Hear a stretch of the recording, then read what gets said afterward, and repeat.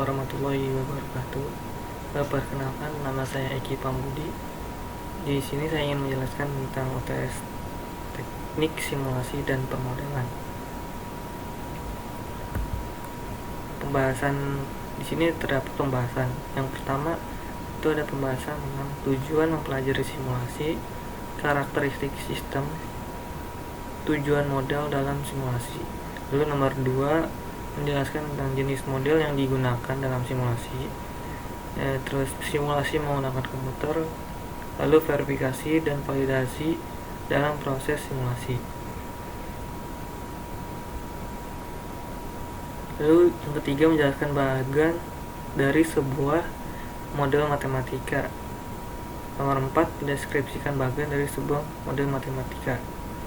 5 itu jelaskan tentang bilangan acak, menjelaskan tentang bilangan acak atau random number dan bagaimana cara membangkitkan sebuah bilangan acak untuk permodelan dan simulasi sistem. Yang pertama, tujuan mempelajari simulasi. Simulasi itu secara sederhananya dapat diartikan sebagai proses peniruan. Teknik simulasi adalah teknik untuk presentasikan atau meniru kondisi real atau suatu sistem nyata dalam bentuk bilangan dan simbol dengan memanfaatkan program komputer sehingga menjadi mudah untuk dipelajari. Tujuan simulasi itu untuk mempelajari tingkah laku sistem, untuk mengembangkan pengertian mengenai interaksi bagian-bagian dari sebuah sistem dan pengertian mengenai sistem secara keseluruhan. Lalu untuk sebagai pelatihan dan juga bisa sebagai hiburan. Karakteristik sistem. Karakteristik sistem itu adalah sistem yang mempunyai komponen-komponen, batas sistem, lingkungan sistem, penghubung, masukan, keluaran, pengolahan, dan sasaran. Di sini terdapat bagian dari karakteristik sistem. Terdapat 8 bagian.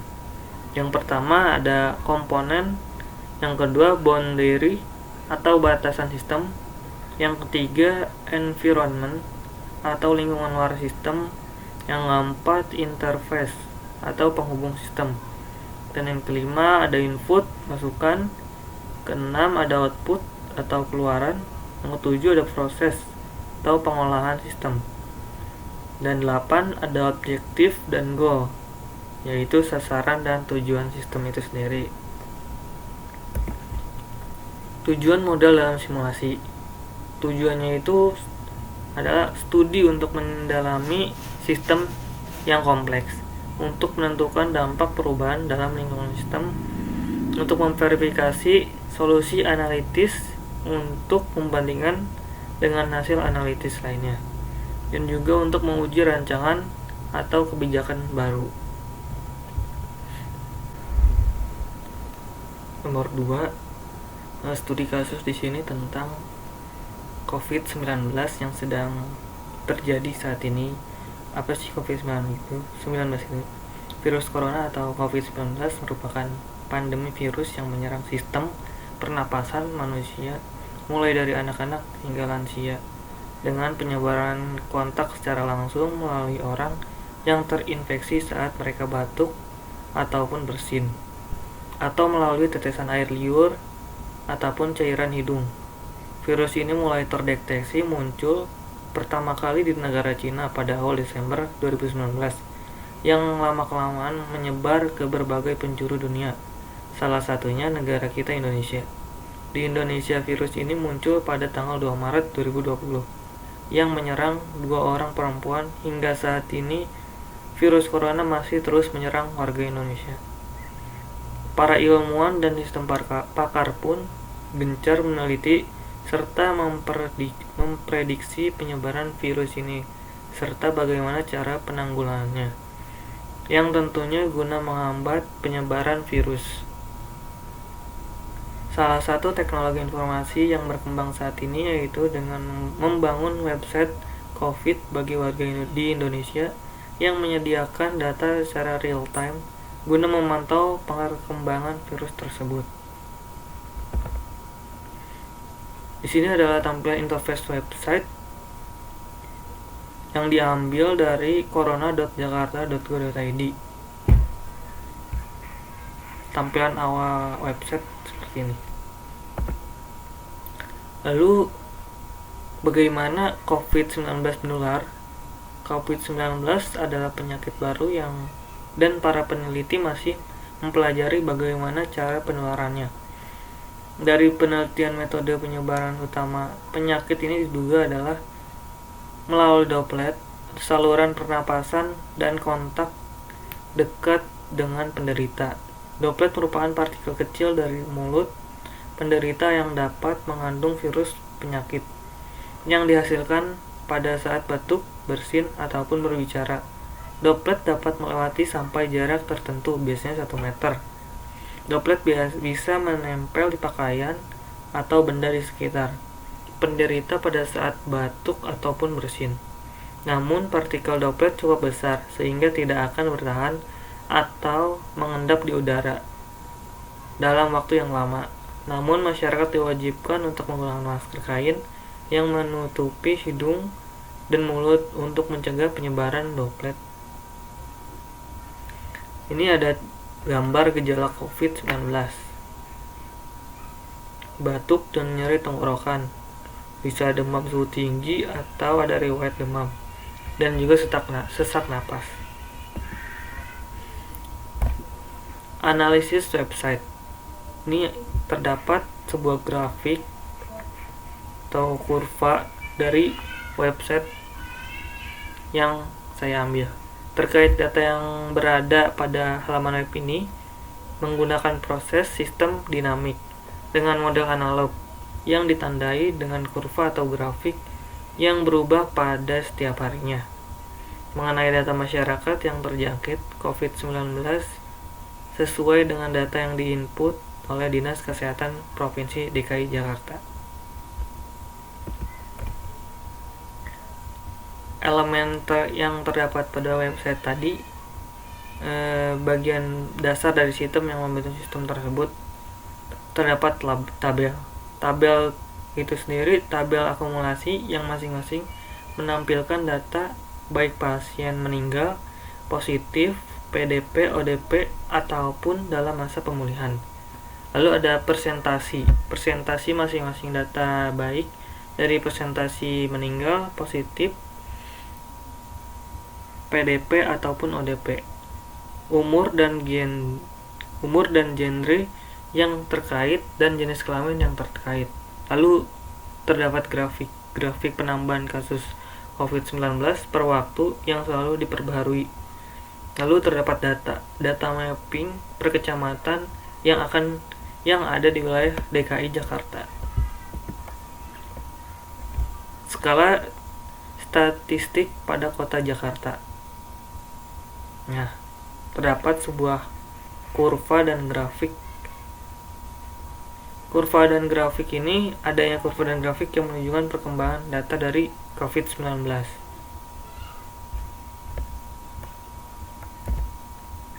Kesimpulannya, website Jakarta tanggap COVID-19 termasuk dalam sistem dinamik karena data yang disajikan berubah berdasarkan waktu yang tertera pada kurva dan diagram.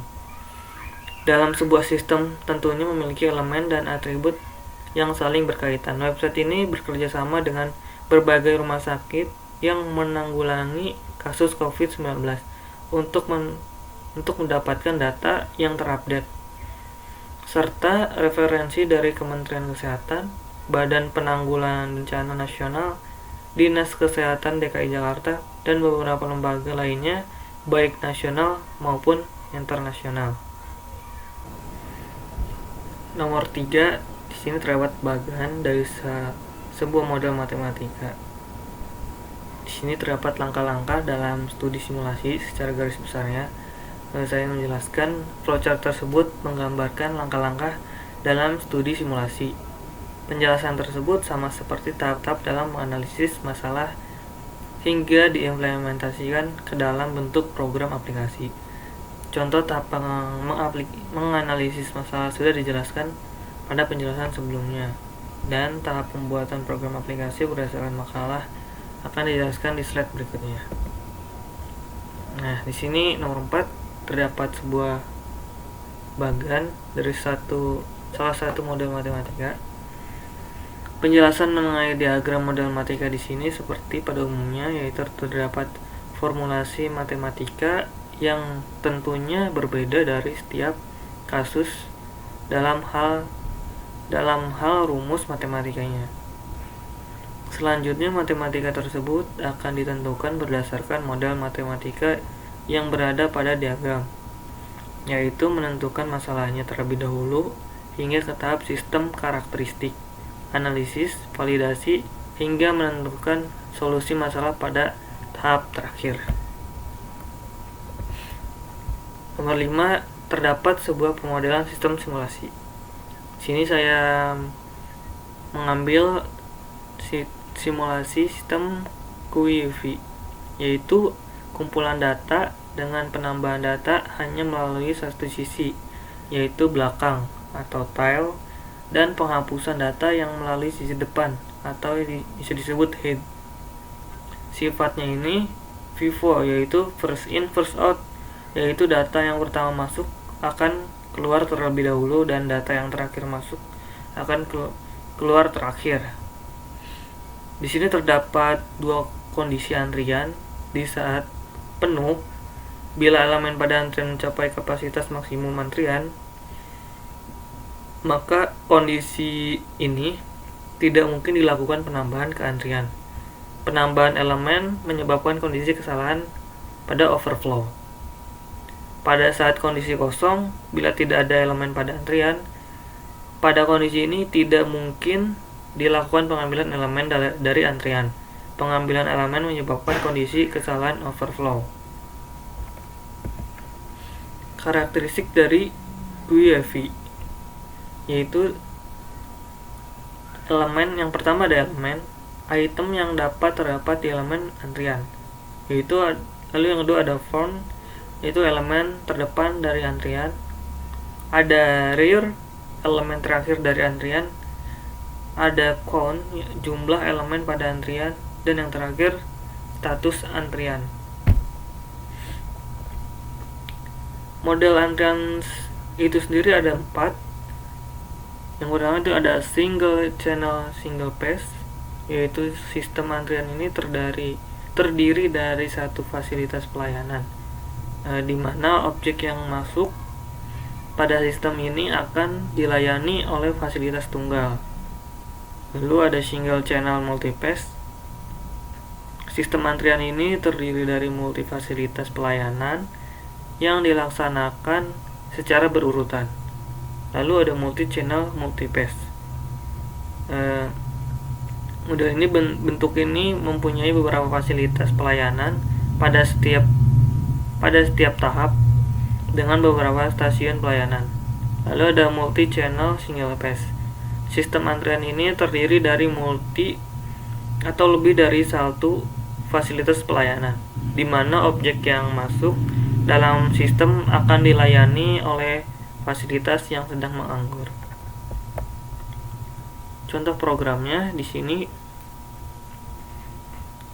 ada tampilan saat program di running, lalu tampilan saat memilih nomor 1, hasilnya menunjukkan antrian. Lalu ada tampilan saat memilih menu nomor 2, nomor antrian yang masuk terlebih dahulu akan dipanggil.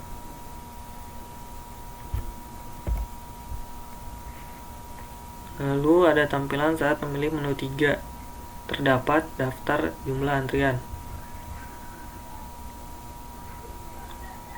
Lalu ada tampilan saat memilih menu 4, maka antrian yang telah terdaftar akan dikosongkan. Lalu daftar antrian telah dikosongkan. Tampilannya seperti itu.